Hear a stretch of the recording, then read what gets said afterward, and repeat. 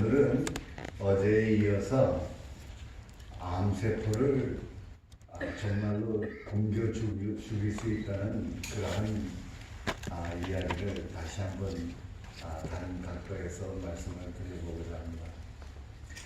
저는 이 건강 강의를 하면서 참 제 자신이 많이 배우고 있습니다.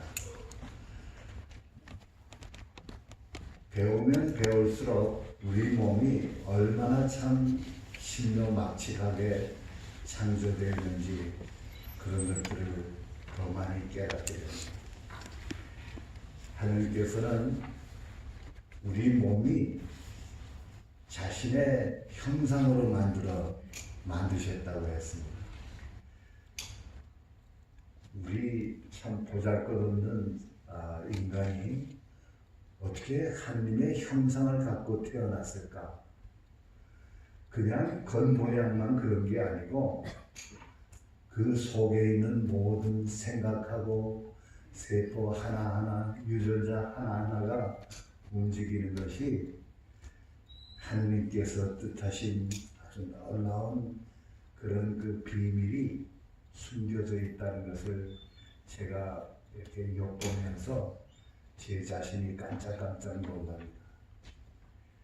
특히 우리가 병들어서 거의 죽게 되었던 그런 세포, 그런 몸 상태도 우리가 다시 성경에 그렇게 여러 번 하나님께서 자신의 마음을 말씀하시지 않으셨습니까?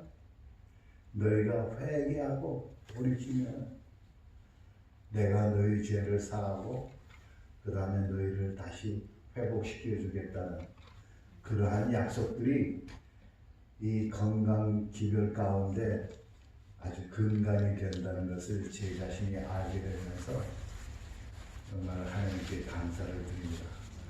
오늘 여러분도 이 이야기 속에 감춰진 하나님의 비밀을 좀 살펴보시기 바랍니다.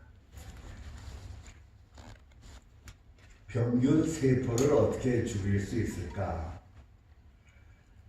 항진균이라는 것은 곰팡이균을 죽이는 그러한 약을 말합니다.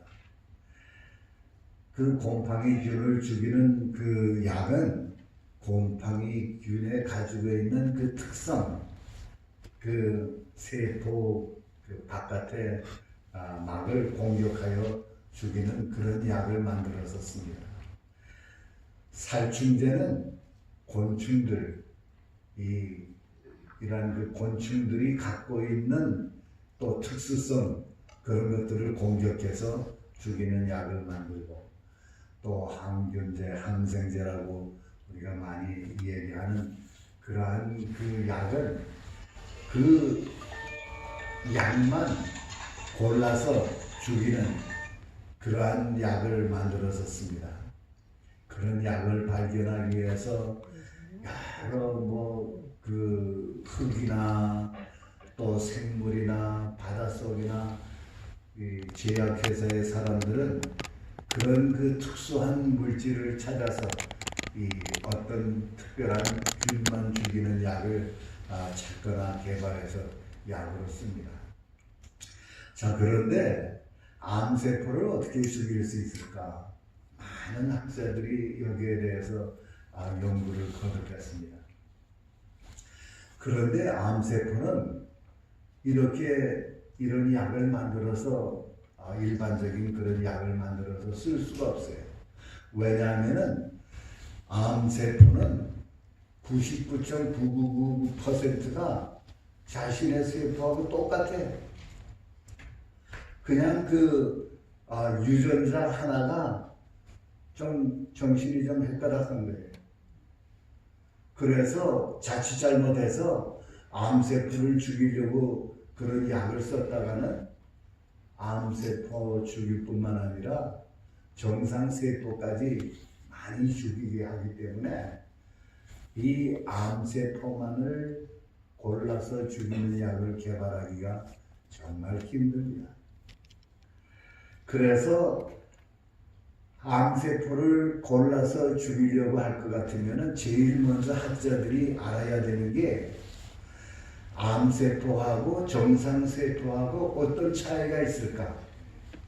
그 차이를 알면은 그런 그 약을 개발하는데 출발점이 될 줄 알았어요. 그래서 어떻게든지 그 정상세포와 그 암세포의 그 차이점들을 찾아내는 것에 집중을 했습니다. 그런데 1974년에 이 내셔널 아카데미 오브 사이언스라고 미국에서는 뭐 전 세계적으로 그렇지만은 아주 최고의 권위를 갖고 있는 과학 전문지입니다. 여기에 실린 글이 드디어 암세포와 정상세포와의 차이점을 발견했다. 논문을 발표했어요. 이 차이점을 찾아가지고 이 암세포를 공격해서 죽이면은 암을 정복할 날도 멀지 않았다. 그래서 굉장히 아주 뉴스가 되고 또 많은 사람들의 입에 오르내리게 되었습니다.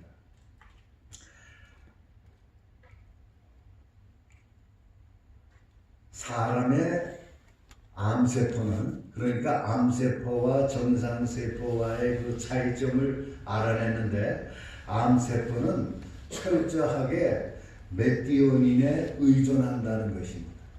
그러니까 메티오닌이 있으면은 암세포가 잘 자라고, 메티오닌이 없으면은 암세포가 자라지 않는다는 것을 찾아냈어요. 이 차이점을 찾아냈어요. 자, 그러면 메티오닌이 무엇인가를 알아야 되겠죠? 예, 메티오닌이 무엇인가? 메티오닌은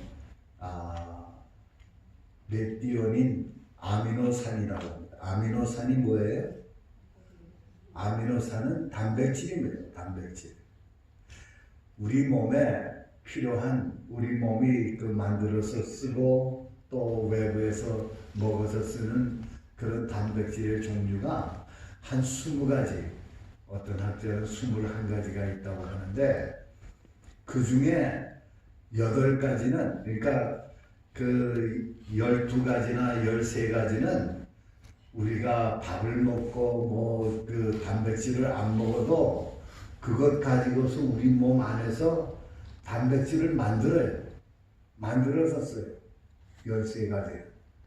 그런데 8가지는 우리 몸 자체가 만들어서 쓸 수가 없어서 외부에서 꼭 그거를 먹어야 돼요. 먹어서 섭취해야 하는 그러한 단백질을 우리들은 필수 아미노산이라고 합니다. 필수 아미노산이 한 8가지가 있어요. 그거를 세분하면 한 10가지로 이렇게 나눌 수도 있지만은, 이렇게 겹쳐지게 이렇게 보통 세서 8가지로 이렇게 나와요. 그런데 그 필수 아미노산이 메티오닌에 속한 거예요. 그러니까 메티오닌이 필수 아미노산에 속하는 8가지 중에 하나예요. 그 사실을 알아낸 것만 해도 대단한 겁니다. 보통 실험을 해봤어요. 건강세포는 메티오닌이 있으나 없으나 그냥 영양분만 공급해주면은 잘 자랐어요. 그런데 암세포는 꼭 메티오닌이 있어야만 자라고, 그렇지 않으면 메티오닌이 없으면은 자라지 않는 것을 보게 됐어요. 여기 보면은 요 위에 선이 메티오닌이 있을 때 이 정상 이 유방세포, 그러니까 유선의 그 세포가 메티오닌이 있으면은 잘 자라고, 그 밑에 선이 메티오닌이 없을 때도 잘 자랐어요. 그 다음에 백혈병 암세포를 가지고 실험을 해봤어요. 배양 접시에 넣어가지고서 그 영양분을 이렇게 조절해가지고서 먹였는데, 메티오닌이 있을 때만, 이 암세포는 메티오닌이 있을 때만 이렇게 아주 잘 자랐습니다. 요 밑에 50, 100, 150은 시간을 가리켜요. 50시간이 지날 때 훨씬 많이 자랐고, 그 다음에 100시간, 120시간 되니까 아주 굉장히 크게 많이 자란 것을 볼 수 있었어요. 그런데 그 암세포에다가 메티오닌을 주질 않았어요. 메티오닌을 주지 않고 다른 영양분만 줬더니 이 밑에 있는 선처럼 하나도 자라지 않은 거예요.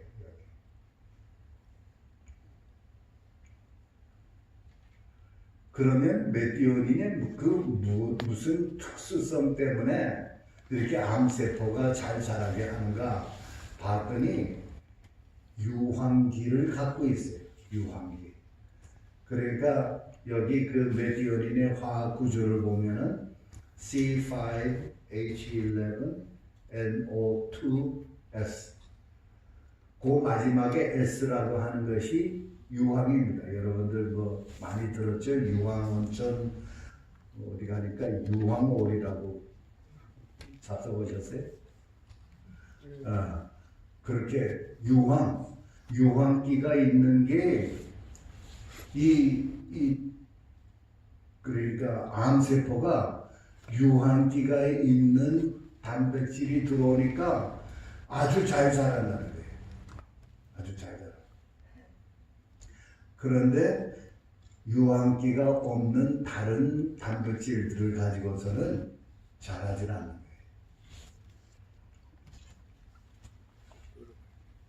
아마 이것은 이 소화분해 작용을 통해 가지고 유황기가 떨어져 나온 그걸 가지고 이 암세포가 자기가 사용해서 이 성장하는데 굉장히 아주 도움을 주는 그런 것으로 알려졌습니다. 그런데 사람들은 이 개를, 냄새 맡는 개를 훈련시켜 가지고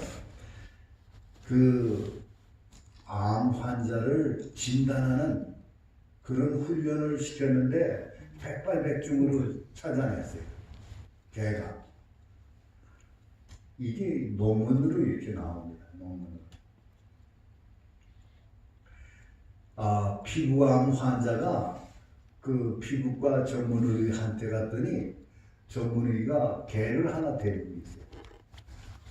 그래가지고 걱정하지 마라. 이 개 아주 얌전하다. 그 앉으라고 하면은 개가 환자 주변을 뺑뺑 돌면서 냄새를 맡아요. 그러다가 이 환자가 피부암이 있으면은 딱 앉아가지고 꼬리를 사사사사 흔들어요. 그러면 의사 선생님이 당신은 피부암이 있습니다. 그럼 틀림없죠. 또 폐암을 앓는 사람이 와가지고 또 전문의한테 갔더니 숨을 한번 내쉬라고. 그래서 깊이 들이마셨다가 내쉬는데 개가 냄새를 맡고서 이게 폐암이 없다 하면은 그냥 가만히 그냥 돌고만 움직이질 않아요.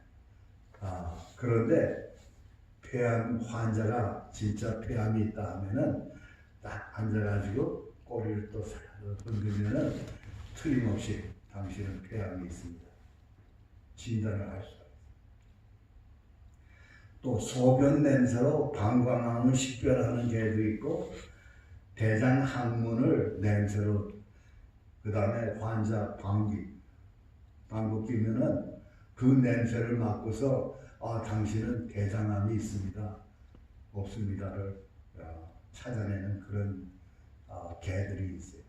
이것은 그 개가 그 환자의 몸에서 나오는 유황 냄새를 맡기 때문에 확실히 유황이 이 암 환자가 먹는 그 메티오닌에서 나온 유황이에요. 그래서 뭐 패스캔을 이 대문자로 써가지고 파지트론 에미션 토모그래피라고 그렇게 이 얘기를 하는데, 이 개를 가지고 이 암을 식별한다 해가지고서 PET 소문자를 써가지고 이 애완형을 가지고서 암을 식별한다는 그런 이야기도 이렇게 나왔습니다. 그래서 이 연구가 이렇게 이 암세포는 메티오닌에 의존한다는 사실을 가지고 이거를 계속해서 학자들이 연구하기 시작했는데 1993년에 와가지고 이런 연구가 발표됐어요. 대장암, 유방암, 난소암, 전립선암, 피부암, 이런, 그러니까 거의 모든 암의 세포 성장 분열 과정에서 암세포는 메티오닌에 의존하는 것이 확실하다. 그러니까 백혈병 암세포만 메티오닌만 있으면 된다는 게 아니고 대장암, 유방암, 전립선암, 피부암 모든 암들, 이 실험의 데이터는 많은 암 환자에게 자주 메티오닌 의존성이 나타나는 것을 볼 수 있었다. 그래서 2012년에 여기 엑스퍼트 오피니언이라고 해요. 이 잡지는 제약회사 직원들을 위한 전문 잡지입니다. 여기에 이 메티오닌이 있으면은 암세포가 잘 자라고 메티오닌이 없으면은 암세포가 자라지 않는데, 그러면은 우리 제약회사는 메티오닌을 없애주는, 메티오닌을 디플리팅, 아주 낮춰주고 없애주는 그런 약을 개발하면은 우리는 큰 돈을 벌 수 있다. 그래가지고 이제 얼마 있으면 우리 이 약을 만들 수 있겠다 해가지고 실험을 거듭하고 이 메티오닌이 들어있는 음식이 뭔가 이런 것들을 다 음식 하나하나 다 실험을 하기 시작했어요. 아주 가슴이 불풀었습니다. 이 약을 개발하면은 노벨 그 의학상에다가 이게 떼돈을 벌 수가 있어요. 뭐 대통령도 만나고 신문 방송에 다 나가고. 그래서 메티오닌을 이 제한, 이것들을 메티오닌이 들어있는 음식을 제한함으로 암이 잘 자라지 않게 할 수 있다는 그런 연구들이 2012년 전후로 해가지고 막 bom물처럼 쏟아져 나오기 시작했습니다. 그러니까 옛날에 그 의과대학에서 공부할 때는 이런 것들이 몰랐어요. 암 전문의도 몰랐어요. 그런데 2012년이 되어서부터 여기에 관한 그런 연구들이 많이 나오기 시작했는데, 알고 봤더니 메티오닌이 들어있는 음식이 무엇일까 알아봤더니 우리가 먹는 모든 음식 속에 다 메티오닌이 들어있다. 이거를 발견하니까 이 제약회사들이 낭망이 얼마나 되는지. 떼돈을 벌 줄 알았는데 벌 수가 없는 거예요. 그래서 생각해낸 게, 그러면은 메티오닌이 많이 들어있는 음식이 무엇이고 메티오닌이 아주 적게 들어있는 음식이 무엇일까? 그거를 알면은 이 암을 치료할 수 있지 않을까? 그래가지고 방향을 바꿔서 메티오닌이 많이 들어있는 음식과 메티오닌이 적게 들어있는 음식이 무엇인지를 찾아내려고 노력하기 시작했습니다.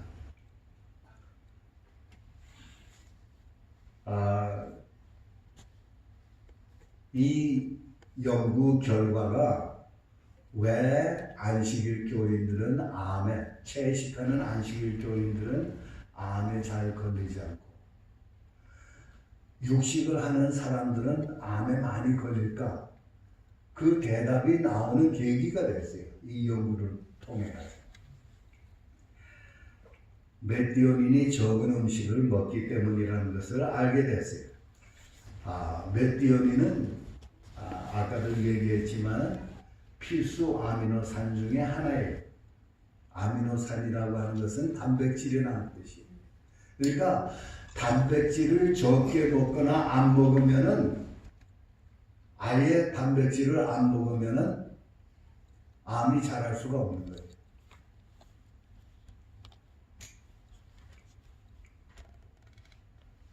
세포가 발생한 그 기관에, 그러니까 유방암이다, 뭐 전립선암이다, 거기에 가만히 있으면은 대개는 생명에는 위험하지 않아요.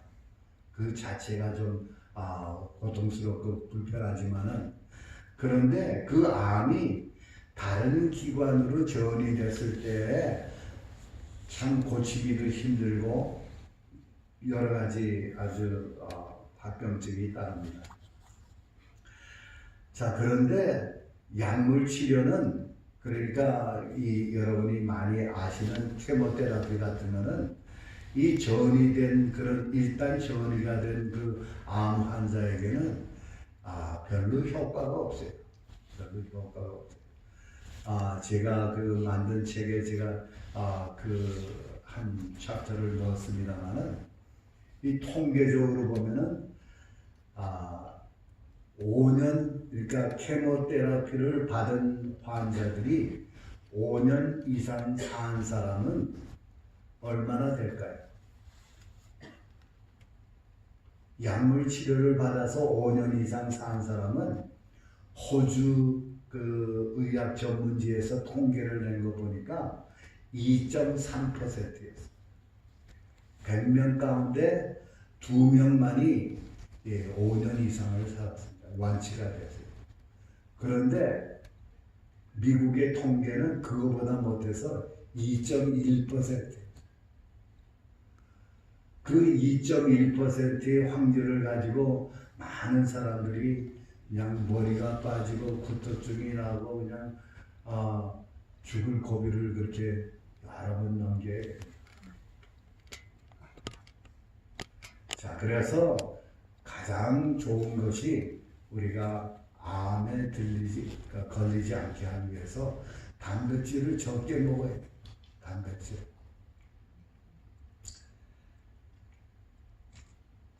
자, 그래서 우리가 섭취할 음식 가운데 메티오닌 단백질이 적게 들어있는 음식이 무엇이고 많이 들어있는 음식이 무엇일까?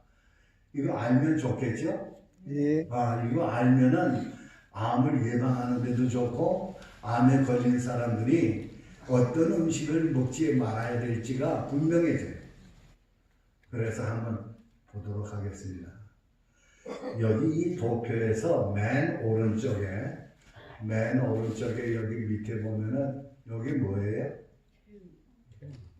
여기 참치 캔입니다.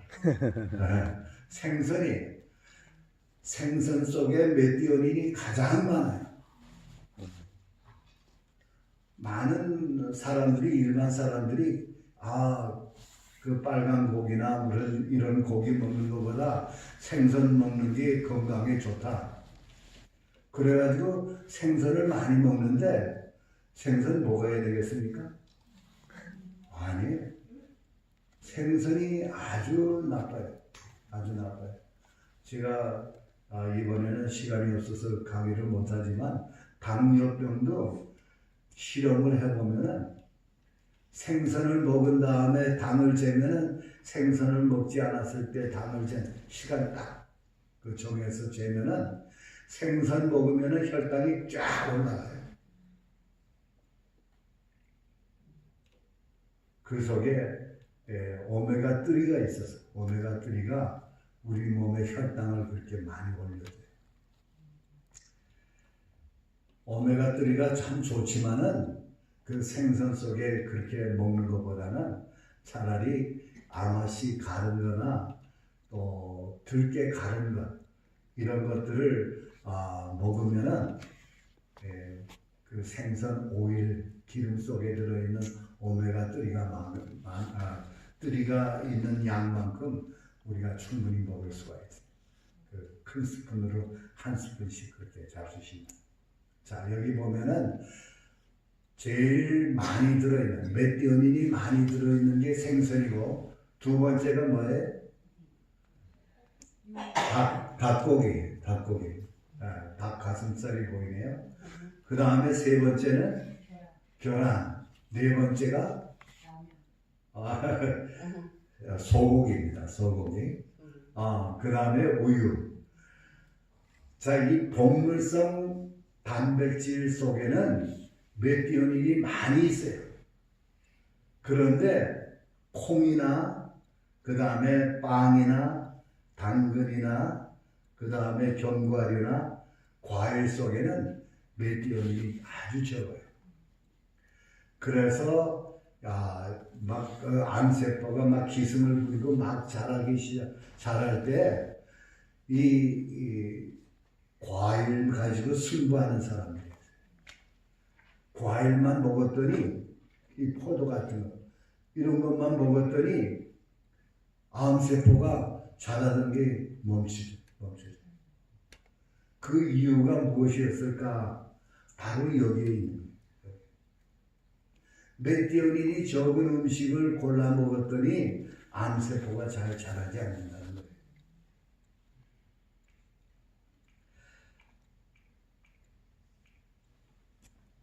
자, 그러면은 메티오닌이 여러분이 이제 들어서 아시겠지만은 필수 아미노산이 아닙니까? 우리가 꼭 먹어야 되는, 외부에서부터 먹어야 우리 몸이 그 필수 아미노산을 섭취해서 필요한 양을 섭취합니다. 자, 그런데 어떻게 그 메티오닌을 먹지 않고도 사람이 견딜 수 있을까?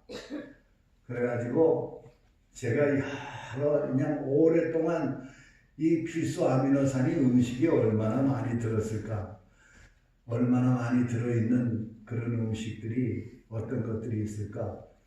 이런 것들을 아주 관심을 가지고 자꾸 찾아보는데 드디어 제가 발견을 했습니다. 아멘. 메티오닌이 얼마나 많이 들어있고 음식 속에 그 다음에 우리 몸에 필요한 필수 아미노산의 양이 얼마나 될까? 왜냐하면은 제가 몸신, 나는 몸신이다, 그런 프로그램이 있어요. 그 미국의 그 한국 TV에도 가끔 나와요. 그래서 집사람이 보면도 어떤 때는 이제 좀 보니까 어떤 의사라고 하는 사람이 나와가지고 필수 아미노산을 위해서도 고기를 많이 먹어야 된다. 그런 얘기를. 여러분 그런 얘기 들어봤어요? 필수 아미노산 섭취를 위해서도 고기를 많이 먹어야 된다. 그리고 어떤 의사는 암 환자에게 케모테라피 받으니까 이 암세포가 많이 죽고 이 정상세포도 많이 죽었으니까 다시 재생시키기 위해서는 단백질, 곡물성 단백질, 고기를 많이 먹으라고 얘기합니다. 여러분들 그런 얘기 들어보셨어요? 예, 암세포 환자에게 고기를 많이 먹으라고 얘기합니다. 그런데 그러한 사람들은 옛날 옛적에 의과대학을 졸업한 사람들이에요. 지금 현대의학은 그렇게 가르치지 않습니다.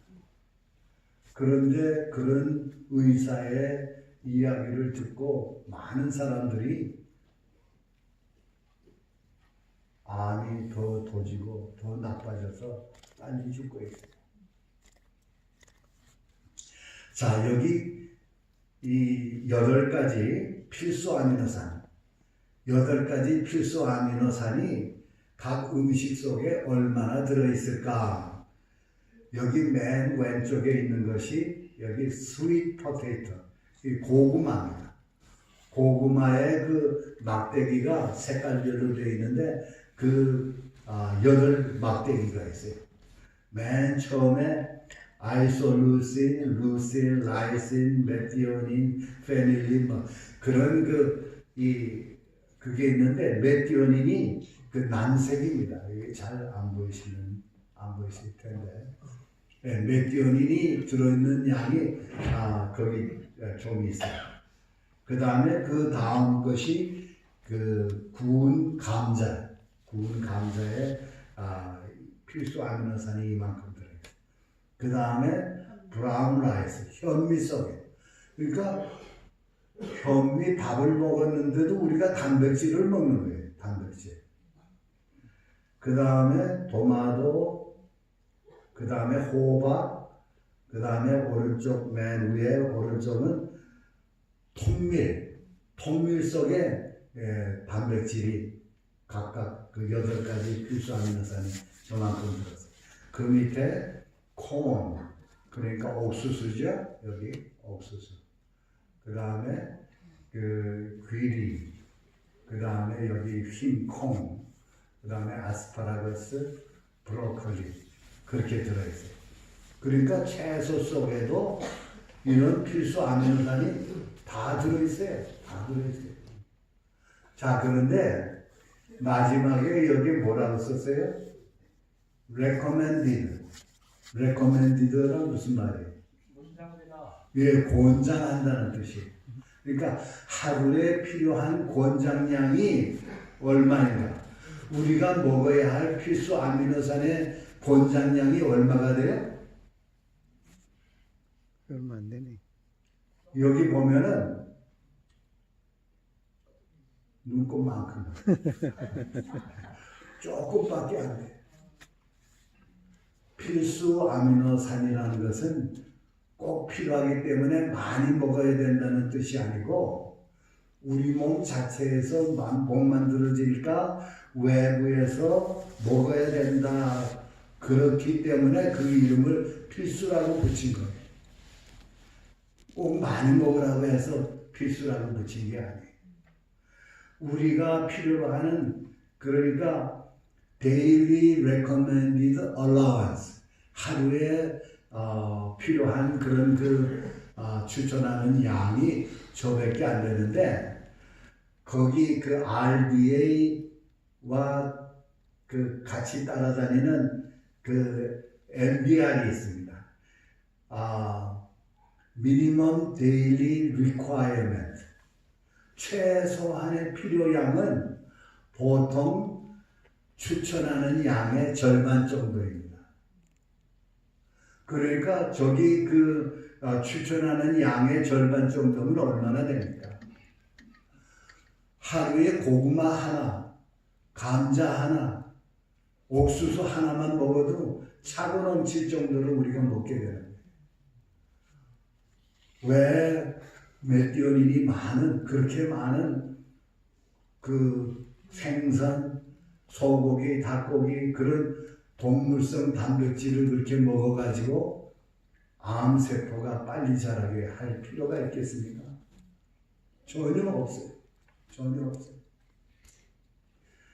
이러한 연구들은 우리에게 왜 채식하는 사람들이 암에 잘 안 걸리고 육식하는 사람들이 암에 많이 걸리는가? 그것들을 이해하게 되었어요. 그전에는 통계적으로만 알았지 이게 왜 그런지를 설명을 할 수가 없었어요. 그런데 지금 의학은 이런 것들을 다 설명하고 있습니다. 여기 그 대장암 발병 위험률에 대한 역학조사가 있었어요. 저는 보건학자입니다. 보건학자는 통계를 가지고 얘기를 해요. 보건학자들이 하는 그 연구들의 대부분이 이 역학조사입니다. 어떤 음식을 얼마나 많이 먹었더니 암 발생률이 어떻게 되었더라. 암이 많이 발생했더라. 적게 발생했다. 이런 것들을 연구해가지고 발표하는 것이 역학자들의, 이 보건학자들이 하는 일이에요. 조사를 해봤어요. 이게 1970년대 발표된 연구 논문입니다. 한 달에 한 번 이하로 고기를 먹었더니 대장암 발병 위험률이 제로였어요. 그러니까 한 달에 한 번 이하로 먹으면은 대장암에 걸리질 않는 거예요. 그렇기 때문에 우리 옛날 조상들이, 저도 어렸을 때 아주 참 가난하게 살았거든요. 고기를 1년에 한 30번 먹은 기억이 있습니다. 아버지 생일 때. 또 무슨 그 잔칫날. 명절. 그런 날 아주 명절에 그저 조금 얻어 먹었어요. 그럴 때에는 대장암 환자 눈 씻고 찾아볼 수가 없었어요. 누가 대장암 환자가 병원에 입원했다면 모든 의료진들이 찾아가서 구경을 합니다. 옛날에 그랬어요. 근데 지금은 대장암 환자가 아주 차고 넘쳤어요. 놀랍게도 한국이 세계적으로 두 번째가 세 번째로 그렇게 대장암 환자가 많습니다. 한국 사람들의 식습관이 바뀌었기 때문에. 한 달에 한 번 한 번 이상, 한 주일에 한 번까지 그렇게 먹었더니 대장암 발병 위험률이 39%.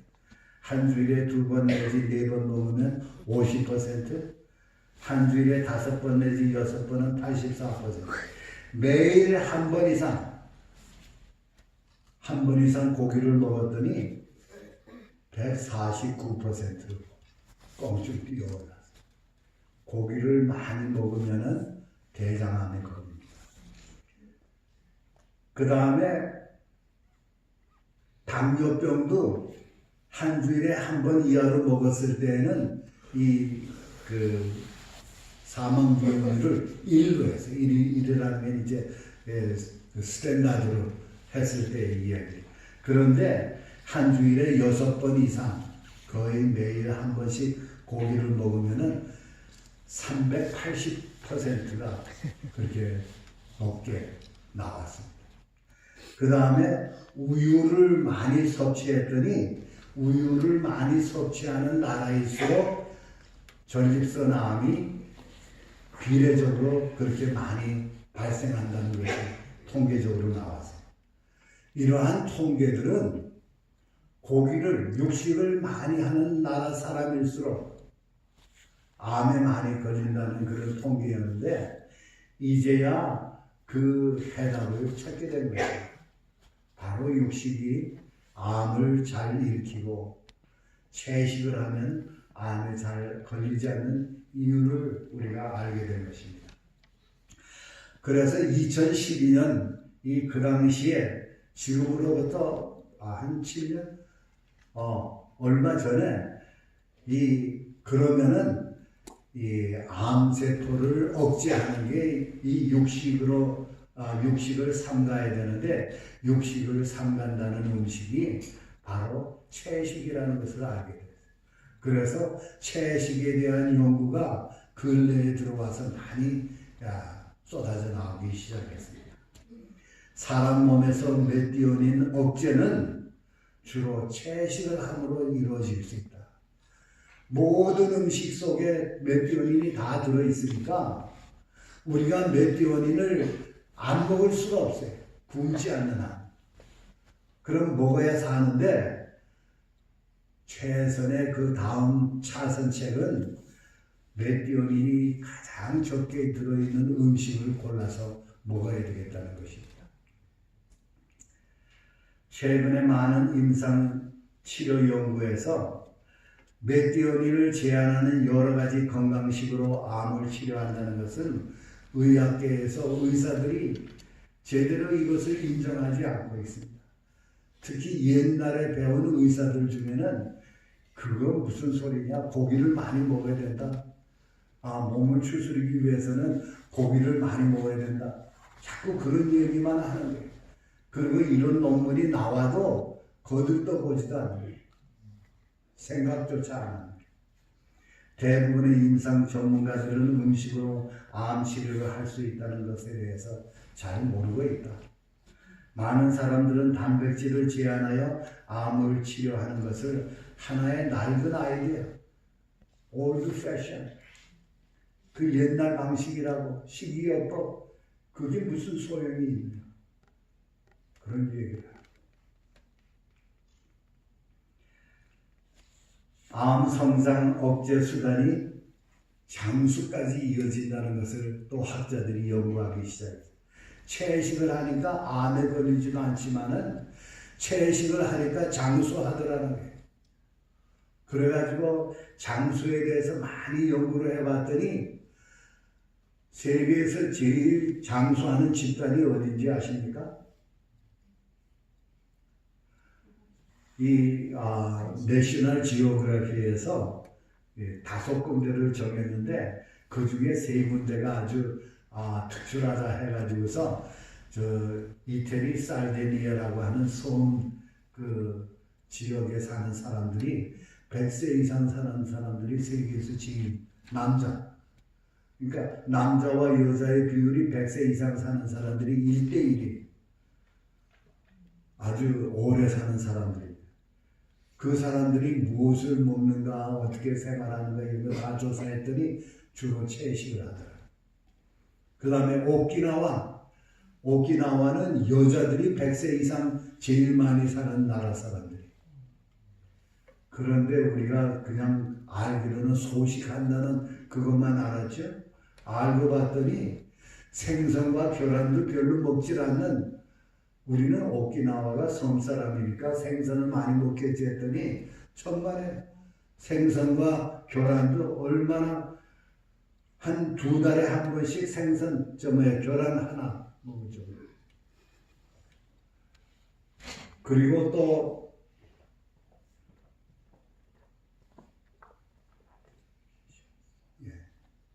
잠깐만요. 저희가 이제 체조하고 그래야 되는데 박사님 한 5분 정도만 더 하시고 우리 원장님께서 허락해 주셨는데 오전 10시에 특강을 하도록 하겠습니다. 10시는 다 가능하신 분은 10시에 오시기 바랄 거예요.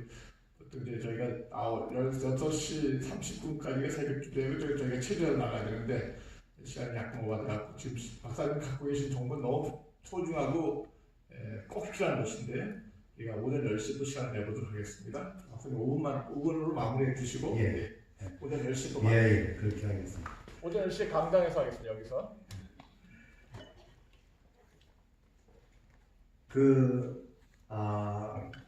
오키나와 그런데 그 다른 어떤 곳보다 제일 장수하는 집단이 어딘가 봤더니 미국의 로마린다 그 시에 사는 사람들이.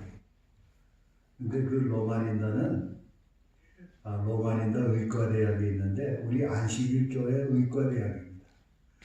그런데 그 로마린다 시 전체의 인구의 절반이 안식일교회입니다. 그래서 미국의 로마린다 시가 세계에서 제일 장수하는 집단이에요. 왜요? 채식을 하는 사람들이 많기 때문에. 제가 그래서 이 메티오닌을 줄이는 그런 그 방법이 무엇인가? 카로리를 줄여야 되겠어요. 그렇죠? 그런데 음식을 줄이다 보니까 항상 배고파가지고 돌아다녀요. 이 암을 고치려고 배를 쫄쫄 굶고 아주 그냥 어디 뭐 먹을 거 없나 이렇게 자꾸 찾게 되면 그것도 바람직하지 않아요. 메티오닌은 단백질이니까 단백질을 전부 다 먹지 않는다. 그것도 좋은 방법 같은데 아주 썩 좋은 것은 아니에요. 왜냐하면은 모든 그 단백질 속에 메티오닌이 많이 들어있는 것 있고 적게 들어있는 것 있기 때문에 그래서 가장 좋은 것은 우리가 음식을 마음대로 먹지만은 메티오닌이 비교적 적은 음식 바로 채식을 하는 것이 가장 좋은 방법입니다. 여기 코넬 대학의 콜린 캠블 교수가 책을 썼는데 뉴욕 타임스지가 이 책을 일컬어서 금세기 역학의 금자탑이라고 그렇게 평했어요. 아주 훌륭한 책. 많은 학자들이 이 책을 아주 최고로 그렇게 보고 있습니다. 이 교수가 육식이 암을 일으키는 아주 좋은 것이라고 그렇게 얘기를 하고, 또 이 순전한 채식이 모든 종류의 암을 억제한다, 그런 그 연구를 발표를 했어요. 그래서 우리는 지금 우리가 먹는 매일 필요로 하는 양의 배 이상을 지금 미국 사람들이 먹고 있다. 그러니까 단백질을 줄이는 것만으로도 우리가 이 병을 예방하고 치료할 수 있는데 채식 위주의 식사를 해야 된다. 이 영양학자가, 세계적으로 유명한 영양학자가 그런 얘기를 하는 거예요. 보잉 747은 항공유를 먹어야만 날 수가 있습니다. 보잉 747을 만들 때 그 엔지니어는 그 비행기가